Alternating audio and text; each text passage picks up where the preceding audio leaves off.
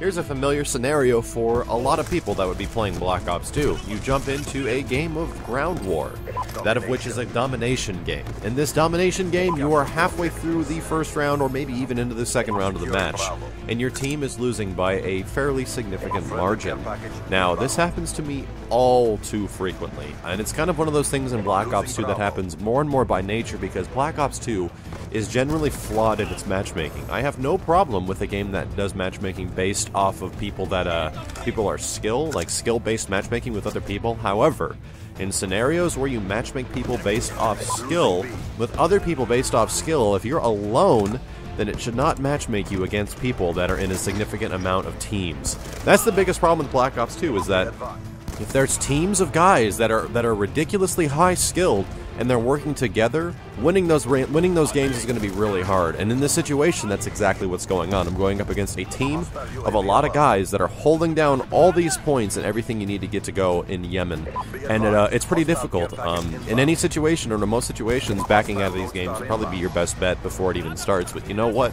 Sometimes you just gotta take a stand and see what's possible. So the first round is over and the second round can start anew. That's why domination has been split into rounds, to give us a second chance, and running straight to B is the best thing I could do. However, there's a guy with a shotgun already on it. Run straight back to B and let's see if we can get things started. What I'm using is one of my capture classes, which uses scavenger and smoke grenades, and this one's pretty effective. As far as this gun isn't that effective, the Type 25 has a couple of things that make it a little difficult to use. But using this class can get you some places as far as moving around the map and controlling certain choke spots and getting past some power positions. So this is one of those scenarios where you choose to fight it out.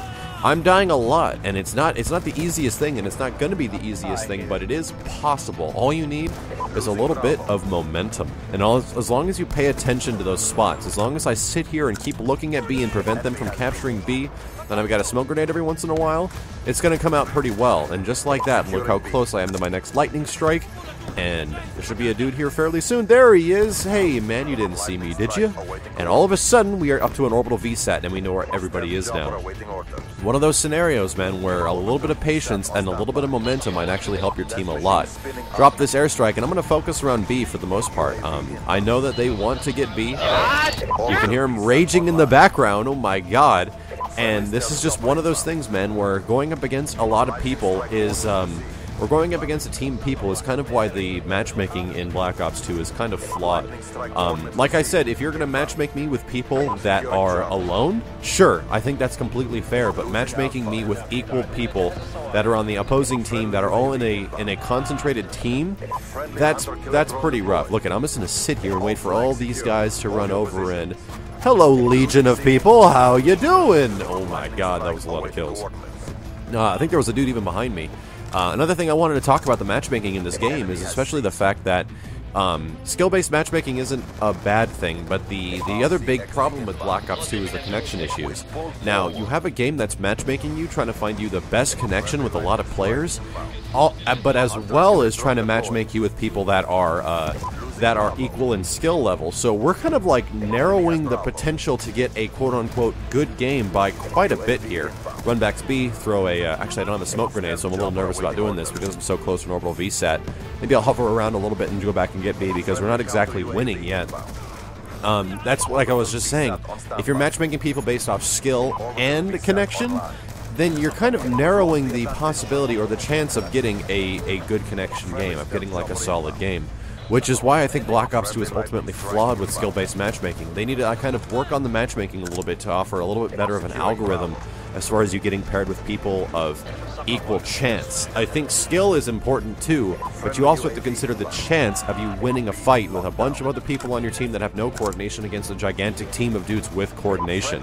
And that was kind of the thing in the original Black Ops. If you have, or in the original Call of Duty series, in any game like in Ground War and any of the previous ones, if you had a full team of people, your chances of getting a badass game and getting like a total buttload of kills and very few deaths and capping everything is pretty high because you're with a concentrated group of dudes.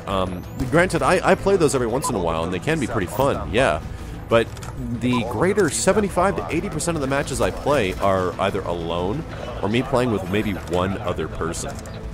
That luxury of playing with a giant group of people is almost a guaranteed victory, and I think that's a little unfair when you consider the skill-based matchmaking and the connection of lag and pairing you up with people of decent connection.